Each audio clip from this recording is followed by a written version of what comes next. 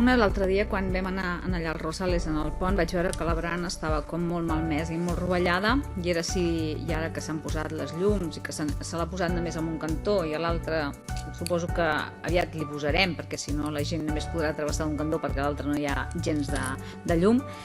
El pont dels Rosales està completament rovellat. La veritat és que fa cosa, en allà hi passa molta gent i crec que el seu seria poder arranjar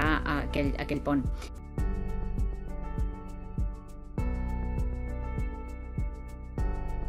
A la plaça Sant Jaume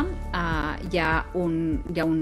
una plaga de paneroles i diferents veïns i veïnes s'han posat en contacte amb nosaltres per dir, ostres, hi ha paneroles, no venen dels edificis perquè aquests veïns i veïnes han cridat empreses perquè s'ho mirin i han dit que venen de les clavegueres, que s'ha de fumigar les clavegueres perquè si no aquestes paneroles encara s'extendran molt més i llavors és de molt difícil eradicació.